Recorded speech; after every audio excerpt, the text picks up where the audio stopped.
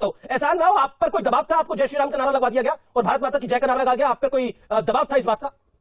देखिए, सहारनपुर के अंदर और गृह मंत्री जी, देश के गृह मंत्री और उत्तर प्रदेश के मुख्यमंत्री जी की शाकुंभरी देवी के नाम पर शिलान्यास कार्यक्रम, यूनिवर्सिटी का शिलान्यास कार्यक्रम था। मैं वहां गया अपने तमाम साथियों के साथ और देश के गृह मंत्री की राष्ट्रवादी प्रेम वाणी सुनकर के मैंने अपने मन से जय श्री राम और भारत माता की जय जयकार करी। मैं पूछना चाहता हूं कि जो लोग जय श्री राम से परहेज करते हैं या भारत माता की जय जयकार से परहेज करते हैं, जो लोग 70 साल से जय जय नेहरू बोल रहे हैं, जय जय अखिलेश बोल रहे हैं, जय जय माया बोल रहे हैं, जय जय लोहिया बोल रहे हैं, जय जय भीम बोल रहे हैं, तो उनमें श्री रामचंद्र जी से उन्हें आपत्ति क्या है? क्या मैंने ऐसा क्या गलत कर दिया जो मुझे धमकी मिली है या मेरे ऊपर सवाल उठ रहे हैं? इसमें गलत क्या है? शादाब चौहान गलत क्या किया इन्होंने बताइए ना 20 सेकंड के। मैं तो कह रहा हूं भैया से कि आज इनका एक आइडियोलॉजिकल भाई ने वो तिवारी को त्यागी बना है, जाकर के मंदिर में कोई वसीम रिजवी नाम है जोकर ये भी कर ले जाके, कौन मना कर रहा भैया? संविधान है। लेकिन इस्लाम में अगर मुसलमान रहना होगा तो हमारे इस्लामिक स्कॉलर इस्लाम ने जो जिस चीज की इजाजत नहीं दी वो नहीं करते थे। भारत माता कहां से आ गई? हमारे ये भारत एक देश है जिसे हम प्रेम करते हैं, हम नहीं मानते, लेकिन अगर कोई वहां मानता है हम उसको आपत्ति नहीं करते हैं। जी शादाब जी, क्या जय श्री राम बोलने में आपको आपत्ति है, इजाजत नहीं है? क्या जय नेहरू बोलने में आपको आपत्ति नहीं है? जय भीम बोलने में आपको आपत्ति नहीं है? जय लोहिया बोलने में आपको आपत्ति नहीं है? जय जय अखिलेश करने में आपको आपत्ति नहीं है? अरे भैया, राम तो शांति का नाम है। जिस गृह मंत्री जी की आप बात कर रहे हैं, दिल्ली दंगे चल रहे थे, वो गृह मंत्री जी कुछ नहीं किए, आप उनको राम की विचारधारा वाला बताते हैं।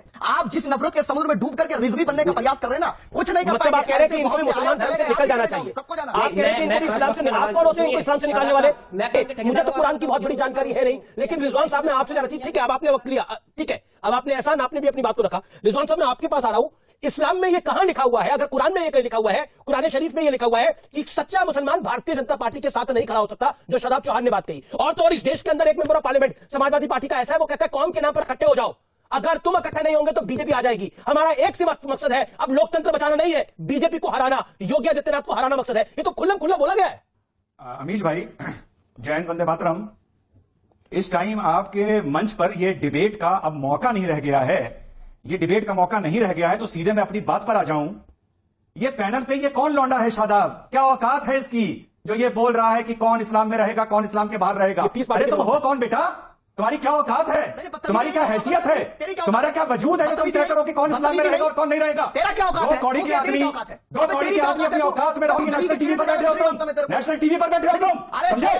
तुम्हारी क्या औकात है जो तुम ये तय करोगे कौन इस्लाम में रहेगा और कौन इस्लाम में नहीं रहेगा? तुम तय करोगे, तुम दो कौड़ी के आदमी तय करोगे कि कौन इस्लाम में रहेगा और कौन इस्लाम में नहीं रहेगा? कौन किस पार्टी में रहेगा तो सच्चा मुसलमान होगा और कौन किस पार्टी में नहीं रहेगा तो वो झूठा मुसलमान होगा? तुम्हारी क्या औकात है? हमारा क्या वजूद है? गली छाप, सड़क छाप आदमी तुम क्या कर रहे हो? तेरी क्या औकात है जो तुम बोल रहे हो 5 वक्त नमाजी को कि तुम मुसलमान नहीं है? अपनी औकात में रहे, अपनी औकात में रहे, अपनी हैसियत में रहे। अभी पूरी दाढ़ी निकली नहीं, पूरी तेरी मूंछें निकली नहीं और तू बकवास कर रहा है टीवी पर बैठकर। अपनी औकात में रहे, समझे? अपनी औकात में रहे बेटा, समझे? तो ये डिबेट का मौका नहीं है। अपनी हैसियत में रहे, तुझे जूते की नोक पर रखते हैं मुसलमान, जूते की नोक पर।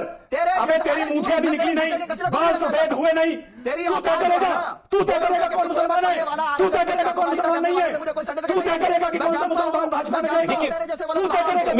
मेरा एक निवेदन है कि एक एक करके सब अपनी बात रखें और भाषा की मर्यादा को बनाए रखा जाए। ओके रिजवान, अब अपनी बात को कंप्लीट कर लीजिए, फिर मैं वारिस प्रधान और सुधांशु त्रिवेदी को करूं। तेरी ये औकात है कि तू एक 5 वक्त नमाजी से ये बोलेगा बेशरम, 2 कौड़ी का इंसान, 2 कौड़ी का आदमी? सुधांशु त्रिवेदी और कॉम्युनल भारतीय जनता पार्टी है, जवाब दीजिए। देखिए, पहली बात तो मैं ये कहना चाहूंगा कि जिस प्रकार से इस विषय को रखने का प्रयास किया जा रहा है, ये बहुत दुखद है। भाई एक सिंपल सी बात ये है कि ये बात सही है, शब्दों का चयन सही होना चाहिए, परंतु ये बात रिजवान जी की सही है कि भाई कोई कैसे तय कर देगा कि कौन इस्लाम में रहेगा नहीं। ये यही फिरका परस्त विचारधारा है जिसने उस जिन्ना को, जो उर्दू भी ढंग से नहीं बोल पाता था, जो शराब भी पीता था, जो बीफ भी खाता था, ज्यादातर अंग्रेजी ज्यादा बोलता था, जिसकी फोटोएं ज्यादातर आपने हेड कोट और उसमें देखी होंगी, टाई में देखी होंगी, उसको मौलाना आजाद जैसे व्यक्ति जो कि इस्लामी मामलों के इतने बड़े विद्वान थे, उनसे ऊपर रख दिया गया। वही तो भाई मैं ये भी पूछना चाहता हूं कि शादाब चौहान मुफ्ती हैं कि मुकर्रम हैं कि बारी हैं कि मौलवी हैं, ये कौन से धर्माधिकारी हैं जिसके आधार पर इन्होंने तय कर दिया? और इसलिए मैं कहना चाहता हूं कि जो लोग हमको नसीहत देते हैं गंगा जमुनी तहजीब की बात, वो हकीकत में खुद ही इसका पालन नहीं करते। और आज जो ओवैसी ने बयान दिया है, मैं बहुत अदब के साथ ये कहना चाहता हूं, अगर उनके दिल में इतना दर्द है तो यह दर्द दूसरों के दिल में क्यों नहीं होना चाहिए? कि आईने अकबरी में लिखा है कि कितने मंदिर तोड़े गए, तजुके बाबरी में लिखा है, खुद अपना गवर्नमेंट ऑर्डर है उनका, कितने मस्जिद तोड़े गए, फतवाए आलमगीर में लिखा है कितने तोड़े गए। तो अगर उनके दिल में दर्द है कि वो सिस्कियां हैं, पूरी कर दूं, सुनिए, अगर आपके दिल में दर्द है तो हमारे दिल का भी दर्द सुन लीजिए। एक लाइन पूरी कर दूं अमित जी, हमारे दिल का भी दर्द सुन लीजिए। ये मैं अटल जी की उस कविता की पंक्ति बोल रहा हूं। मैं वीर पुत्र मेरी जननी के जगती में जौहर अपार, पूछो अकबर के पुत्रों से क्या याद उन्हें मीना बाजार, क्या याद उन्हें चित्तौड़ दुर्ग में जलने वाली आग प्रखर, जब हाय सहस्रों माताएं तिल तिल जलकर हो गई अमर। वो बुझने वाली आग नहीं, वो बुझने वाली आग नहीं, रग रग में उसे सजोए हूं, यदि फूट पड़े विप्लव लेकर कल वह आग तो क्या विस्मय। हिंदू तन मन हिंदू जीवन, रग रग हिंदू मेरा परिचय। अगर आपके दिल में सिस्कियां हैं तो आपके में तो हजारों मंदिरों की लिस्ट है जो आपके गवर्नमेंट ऑर्डर में मुगलिया दौर में वारिस पठान साहब, जो आपके भाई कहते हैं कि 800 साल हमने इस देश पे हुकूमत की है, आपको पता है? ठीक है, खुद लिखा हुआ है आईने अकबरी में, अकबर ने, अकबर सुधांशु। कि जो अलाउद्दीन खिलजी के जमाने में चित्तौड़ में मंदिर छूट गए थे वो काट दिए गए, 30,000 लोगों को खड़ा करके गोली मारी गई। तो अगर यहां से सिस्कियां निकलेंगी तो वो बेहतर है आप भूलिए और हम भी भूलने की तब कोशिश करेंगे, मगर आप कुरेदेंगे जख्म को और उसके बाद कहेंगे आपके दिल में दर्द है, तो ये नाजायज है, और कुरेदेंगे तो दर्द इधर ज्यादा है, यह भी समझिए। जी।